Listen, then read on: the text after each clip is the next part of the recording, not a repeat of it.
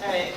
So around about 8 years ago, this wonderful little festival called In the House kind of fell into my lap. And for those of you who don't know about it, In the House brings live performance of all kinds, including music, dance, theater, storytelling, circus arts, into people's living rooms and backyards. From the start, I found the concept really compelling. However, it wasn't until I saw the spark that it brought to people's lives, whether they were audience members, hosts, or performers, that it changed my entire perception of community and its relationship to the arts. I went from someone who almost never went to live shows and who never gave a thought to the impact a performance can have on someone's life, to someone for whom arts and culture and vibrant and healthy societies are inseparable. When I took In the House on, I never stopped to think that to most people, the idea of welcoming 50 to 100 random people in one's living room or backyard to watch a show is an utterly foreign concept, and a mighty scary one at that. When I explain the festival to someone who's never been to a show, I can see that it definitely piques their interest, but I also see their wheels turning in their head as they try to wrap their minds around the fact that I organize public events inside someone's private home. Decide that it couldn't possibly be the case, and invariably respond, "Oh, so you organize private parties then?" Having lived in this city pretty much all my life, I find that we live in a very what I call hedged city.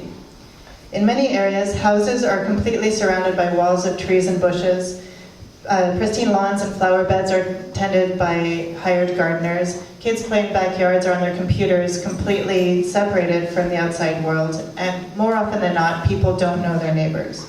Downtown, Vancouver has this really interesting quirk where people want to live in a highly dense and highly populated area, while at the same time seeking and expecting the quiet and privacy of the countryside. I find this culture of urban privacy to be pretty detrimental to the cultural vibrancy of the city. But what's really interesting about this demand for privacy is that there's a flip side to it. Within the online world, people are constantly saying, "Look at me, look at me." They post their photos, their videos, performances, poems, or life stories on very public forums. The arts are used as an excuse or a reason to reach out to a larger community. An online community is built where people are sharing, creating, and culture making. But there's this disconnect of, I want to share and be part of a greater community, but I'm going to do it via this flickering, faceless medium of the computer.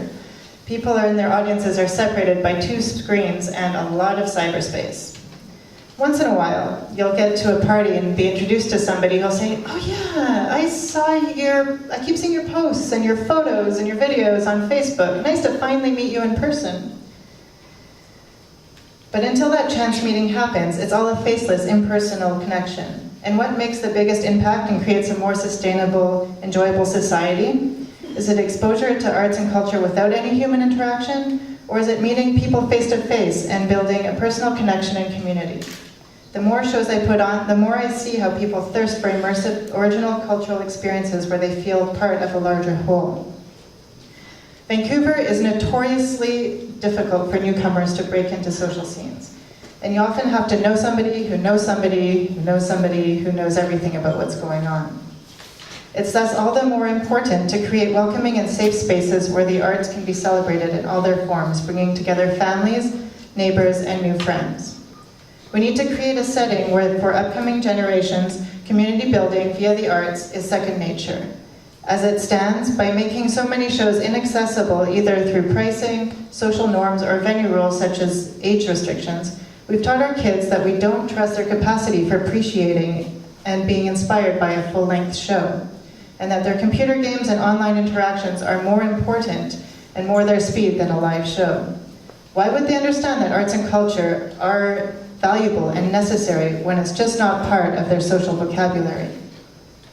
In addressing accessibility, diversity, and community building, the In the House Festival emerges as a vehicle for social activism, challenging our ideas of public versus private spaces and virtual versus live interactions. Small intimate venues, a familiar place like a house or a park, where anyone and everyone can go, are places where one can experience arts on a more intimate level, where meeting the person beside you isn't so difficult, and where the constructs of art, capital A, are torn down and made more accessible.